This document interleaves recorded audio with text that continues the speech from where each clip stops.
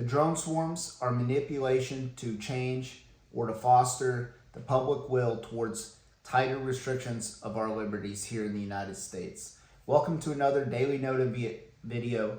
Today I'm going to read a little bit about this and hopefully help us understand that we shouldn't just toss our civil liberties out of the window and that we should restrict some of this and know that there's something going on with this whole drone swarm scare.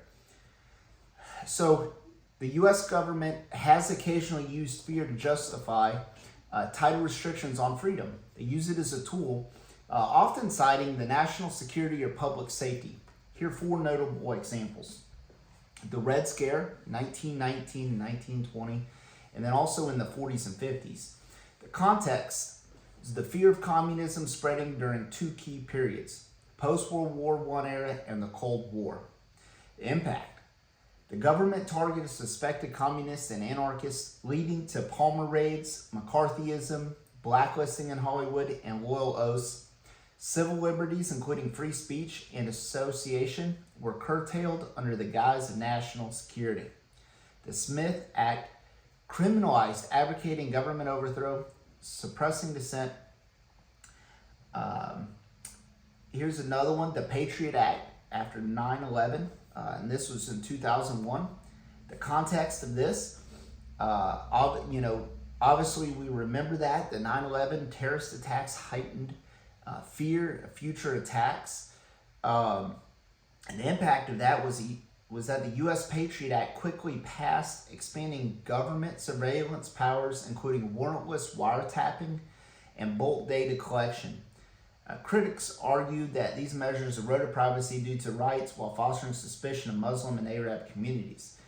And there was a lot else that happened. You still get patted down going through the airport. And the real deal is that it's not like this is the first time this threat happened.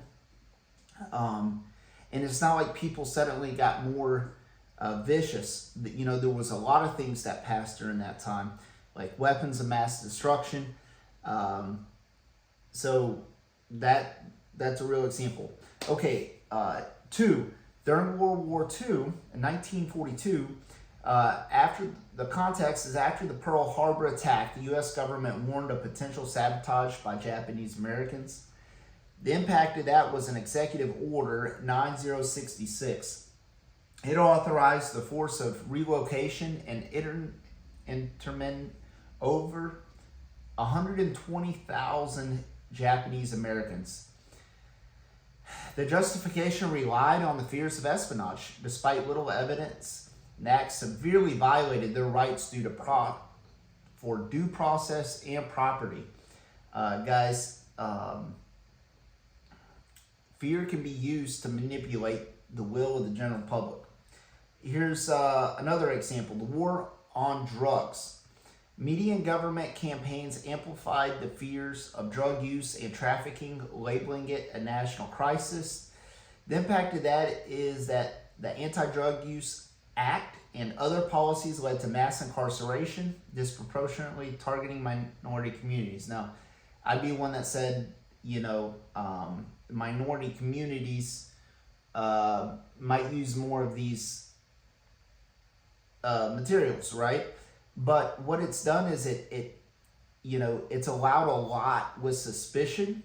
If you have suspicion, reasonable suspicion, it gives you the liberty. And that whole thing just takes away due process. And it's not worth tearing away our liberties in order to get at somebody that the general public disagrees with. So I want to talk about the drone constellations.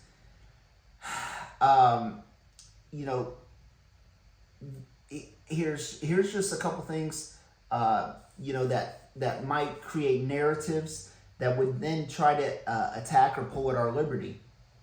And as our founding father would have said, give me liberty or give me death. And that might have been a quote from Nathan Hale, oh boy, if I'm remembering correctly. But I think that that's the way that Americans traditionally feel. I know that's the way I feel.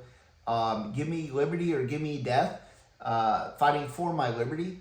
And that's exactly why so many Americans died throughout history, was for our liberties. And we shouldn't be so willing to toss them in.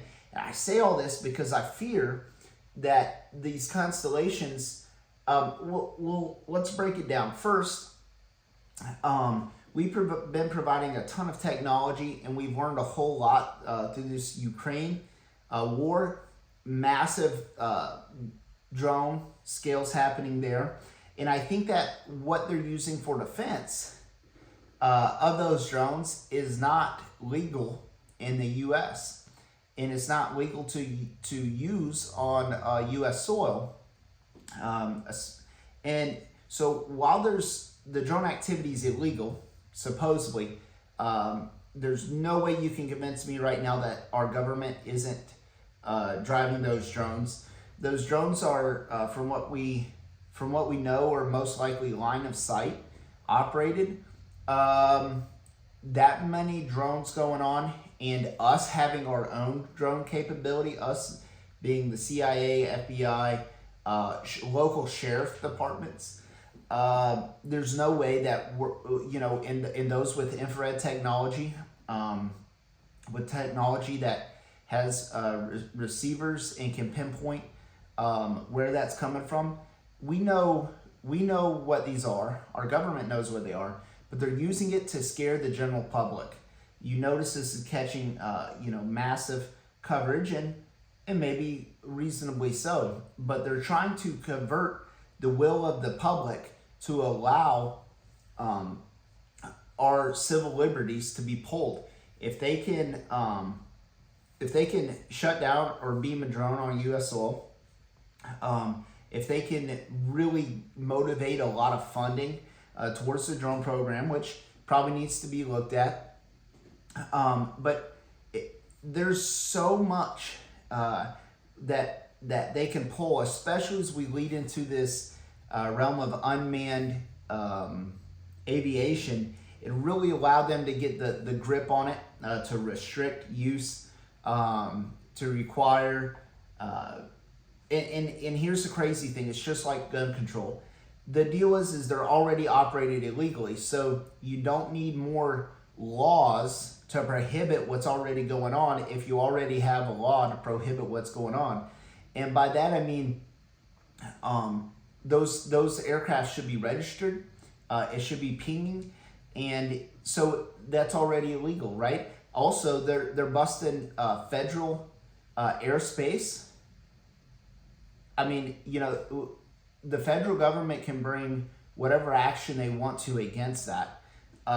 So I've got a lot more written down here that I don't think we need to get into. I believe that we made that case, but think about tactics with technologies like CCTV, cybersecurity monitoring, and facial recognition.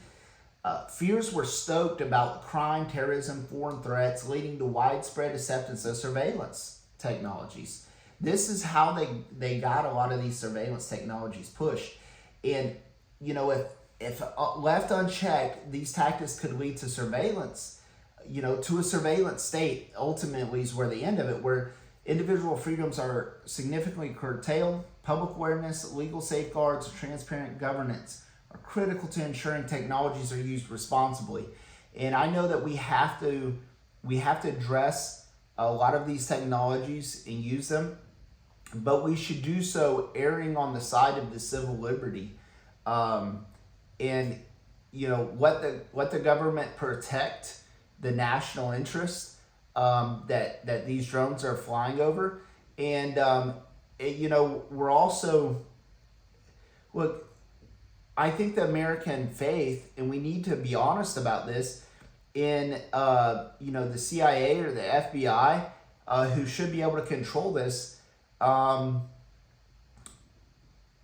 We know that they're not telling us the truth. In the Defense Department, even in this case, we know they're not telling us the truth. They've hidden several things recently, and they know that these are not a threat. That's what they're saying. that we shouldn't all be up at arms. But then at the same time, they're saying they don't have any idea what this is. And those statements don't coincide with each other. So, there's just so many freedoms that we have. We really have to be careful on the power that we hand over, unquestionably, because what we mean for good, right, and what can be taken in a good sense carries weight for someone attempting to use that to control or manipulate. And what we know is that whenever you give an entity power, manipulation tends to occur. And we don't want to do that in a scenario or situation where that ends up with a power that's so over the top of the people, and the people maintaining the same power is what keeps our government in balance and our republic pieced together, and that's what will allow it to go on for another 100, 200 years. And so I just wanted to put this note out there to you. Think critically about it. Don't be overcome with fear or herd mentality. Catch you on another Daily Notum.